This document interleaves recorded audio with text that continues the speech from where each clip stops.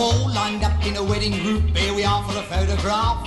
We're all dressed up in the morning suit, all trying not to laugh. Since the early caveman in his fur took a trip to Gretna Green, there's always been a photographer to record the happy scene.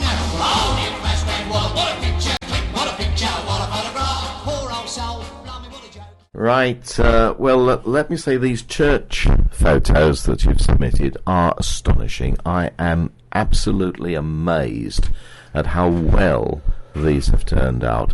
It was something that I hadn't expected, and you've really excelled yourselves. They are terrific.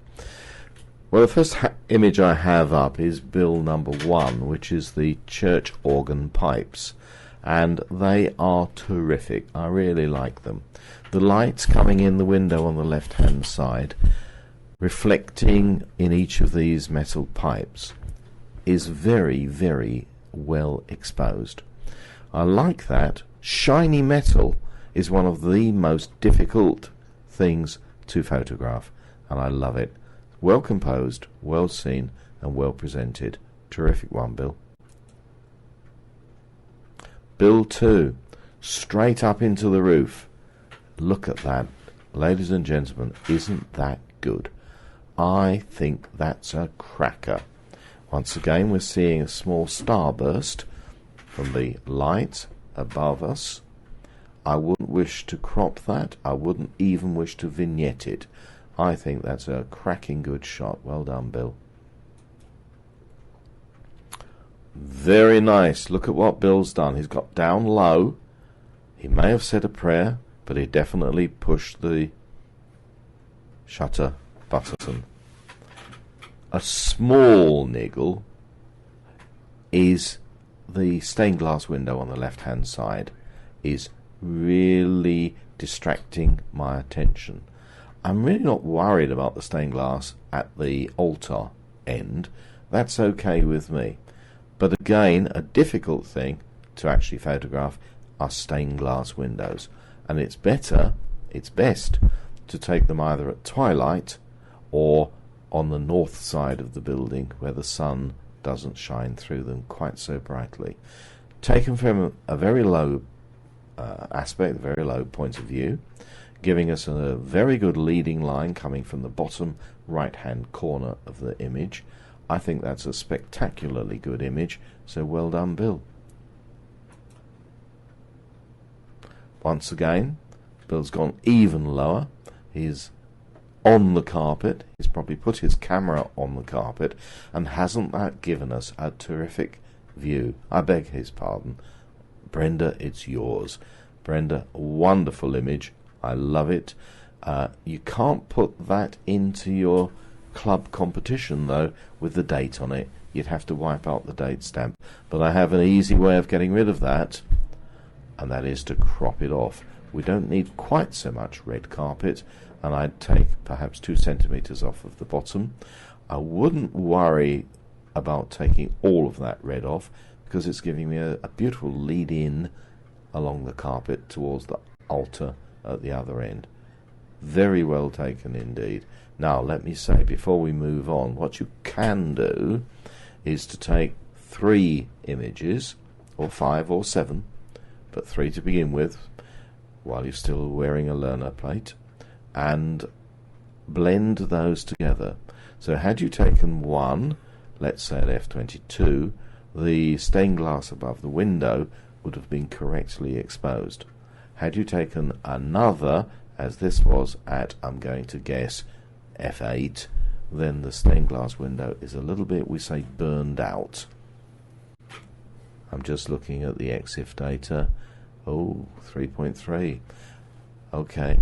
And another where you overexpose it deliberately as much as you can, so you have one image underexposed, one correctly exposed, and one overexposed, and then blend them in whatever photo processing programs you may possess. Speak to me later. I'll explain to you how to do it. Well done, Brenda. Terrific image. Ticks lots of boxes. Good. Brenda too, along the rail, the wooden rail of the pew, looking at the coloured images from the sunlight coming through the stained glass. Terrific. I love it. I think I'd crop off about a third from the bottom of the image, making it almost a square format, just because the very closest part of the wooden rail is really out of focus, and that's fine. Just crop it off. I like that image a lot. I think if we do crop it and then vignette the bottom left and right hand corners, might be even better still, but I like that. I like it a lot. Well done. Brenda 3. Through the, I was going to say through the porthole, but it's not, is it? It's a, I don't know what it is, some sort of window, let's call it. Very, very interesting indeed, how we have here a frame within a frame. Terrific. Do we need the top third of the image? Shall we slice that off? Shall we get rid of the date stamp on the bottom right hand side? Shall we vignette what remains? And that's then going to be one cracking good image. I hope you'll put that in and I'll hear about how it gets on. Very good. Well done, Brenda. Diana, the detail of some wooden carving. Terrific. Not easy to do, and you've retained the structure of the wood. You've retained the, it is wood, isn't it? Or is it a plaster carving? Anyway, there's texture in it. There's structure in it. I like it a lot. I'm just wondering whether we could slice off that cream coloured wall at the top of the red. The red ochre is great. The cream at the very top centimetre or two is distracting me. But I like that. Not easy to do. I take it it's quite close and it's well rendered. Well done. Diana 2, the church roof and the organ pipes taking us up. It's almost leading lines, isn't it, from the organ pipes up into the church roof. I like that. I like it a lot. Quite difficult to take, and you'll notice how you've retained the detail in the timber beams. We've lost it a little bit in the stained glass window, but again, I'm not worried about that. And as I said earlier, if you'd taken three and blended them together, then that would have perhaps overcome that problem. Not an easy picture, but certainly a good picture. Well done. I like it a lot. Diana 3. Wow. I like that. I'm just trying to imagine how you've done that. It's certainly brought the vertical pillars on the left and the right and distorted them so they are, as it were, leaning in. Now, I like that. I know some judges wouldn't, but I like it a lot because it's taking my attention into those beautiful timber beams which are holding the roof up. It's a challenge of a photo, and I think it's come off 100%. Really good. It looks pin sharp. It looks challenging. I want to go in and look at the detail on the timbers, and certainly that's a cracking good photo. Well done. Now here we have an example of Mo's photoshopping. You'll notice how he's achieved this starlight effect behind the cross on the middle of the altar. I'm sure Suzanne will be eager, absolutely eager, to know how he did it, and I'll leave you to have a couple of moments together to discuss it. Well done, Mo. Terrific. Mo 2. Very nice. Very, very well seen. The candle in focus, the flame absolutely pinpoint sharp, and the almost Celtic cross behind it. Very good indeed. I like that image a lot. Don't quite know why there's a white line at the top and down the right hand side, but we can do that in Photoshop and get rid of it. Would make a nice Christmas card, wouldn't it? You can just imagine printing that. Happy Christmas from Mo and family to everyone that knows him. Yeah, good one, Mo. Mo 3. Well, again, a portrait orientation. We again have a white line down the left-hand side that needs to be cropped out. I wonder, Jeff, what we'd say about Mo's white balance. Do you think we might have a comment to make about the white balance? He's tried to keep the walls of the church white. Were they white? Don't know. Or were they cream? He's tried to use the recession of the timber, and he's done that. He's retained the quality, the texture, the nature of that timber very well indeed. And again, look at the vertical pillars on the left and the right, how they converge. And I like that. I know you're going to find judges when you put this into other competitions who will disagree. I don't mind. They're wrong and I'm right. That's a good picture. Suzanne 1. What a good image. I like that a lot. The hands on the piano keys or the organ keys look very, very convincing. I don't know if he was playing the organ, but it certainly is a very well posed, very well exposed image, and it's not easy. Why isn't it easy? Well, because you've got black and white. And just like trying to shoot a wedding photo when the bride's wearing bright white and the groom is wearing a black suit, it's incredibly difficult to retain the detail in all of those colours. I wonder if we could crop off the bottom inch or so just to get rid of that little bit of wood on the left hand side, because the subject of this image are the fingers on the keyboard, and they are well rendered, well exposed. I think it's a lovely image. Well done, Suzanne.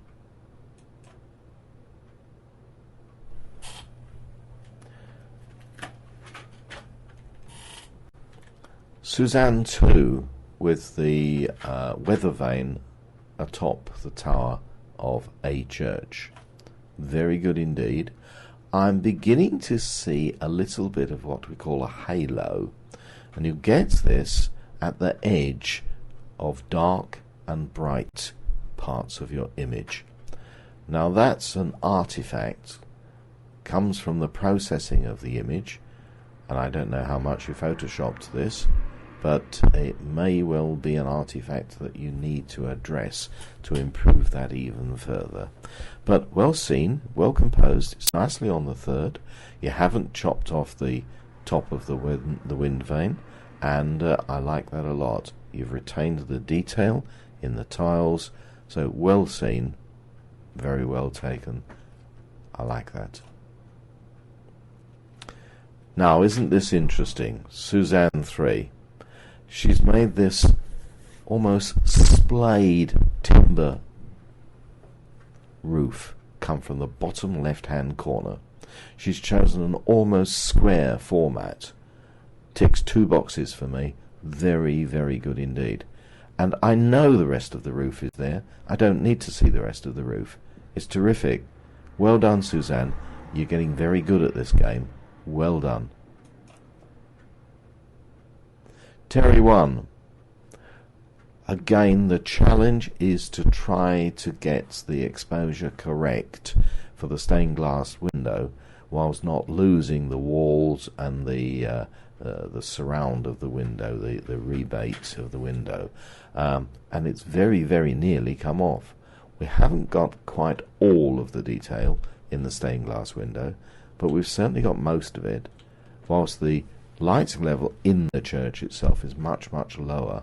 So again, how could we improve this? Perhaps by taking 3 photos or more and blending them together in whatever photo processing software we may have. In this case, it's very nearly come off. I like it a lot. Well done, Terry.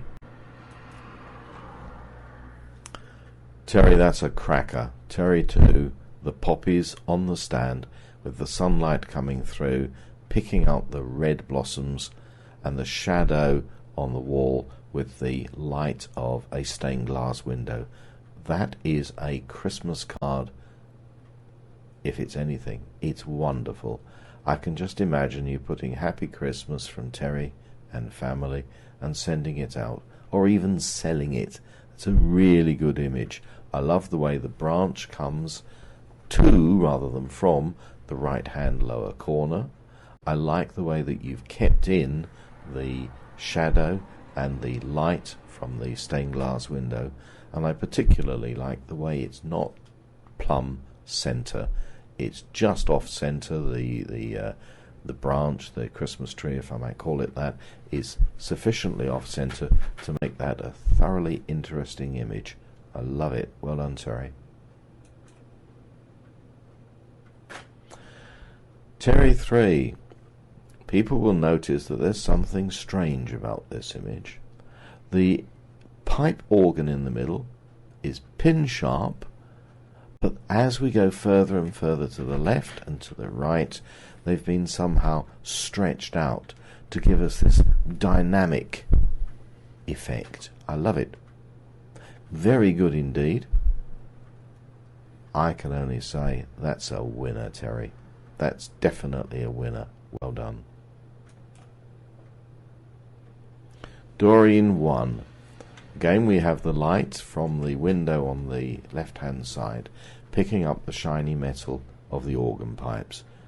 Very well seen, and I particularly like the shadows cast by the lead in the window that we can't actually see, but they're cast on the wood below the organ pipes. You've retained all the texture and the detail of that wood, whilst retaining this very difficult challenge of photographing shiny metal. It's a very well seen photo. However, what's that little bright thing on the right hand side? And the light is just catching the side of what looks like a pulpit or I don't know, a wooden structure. If we were to slice that off, if we could crop that off and just keep the edge of that wooden pulpit to keep the image in, I think that would improve that image hugely. It's a very, very good image. Not easy. Well done to you, Doreen. Doreen 2. Once again, the challenge of taking a photo of bright, shiny metal, and you've achieved it. Not easy. At no place is it burned out. There's a little highlight on the top edge, but that's great. That gives me a feeling of depth. That gives me a feeling of the structure of the plate. I think that's very, very well seen, and I particularly like the three-dimensionality of the stand on which the plate is stood. The shadow coming off to one side makes it look three-dimensional, and of course it was three-dimensional, so well done to you. Yep, nicely taken. Ray 1. What do you call this? A font. Baptismal font. Okay. Very nicely taken. Some interesting texture in the bottom of the bowl of the font. And unfortunately, my eye is taken to the brightness of the lights coming in through the door behind it. And we'll need to learn from this. Always look around the shape, the sides of your image. Look around the edges, see what's going on. Nicely taken. I wonder if you took any photos of the carving on the bottom of the bowl of the font itself. That might have made a very interesting image. On the right hand facet there's a very, very nice three-dimensional image of the carving there. It does involve getting down low. It does involve checking the background to see that there's nothing intruding from the background, but it's a good image. Well done, Ray. Ray 2, again, going up into what I take to be the bell tower. I can't see any bells in it, but it's quite a challenge to take photos into the darkness whilst retaining the brighter wall and lantern in the organ loft there. So well done, nicely taken. People will notice how the verticals are converging. I like that. Gives me a feeling of its loftiness, of it soaring up into the bell tower. Yep, I like that a lot. Well done. So in summary, I am very impressed at all of these photos, particularly the church photos. Well done to everyone, and Happy Christmas. Cut. Happy Christmas to you as well, boss. All lined up in a wedding group, here we are for a photograph. We're all dressed up in the morning suit, all trying not to laugh. Since the early caveman in his fur took a trip to Gretna Green, there's always been a photographer to record the happy scene.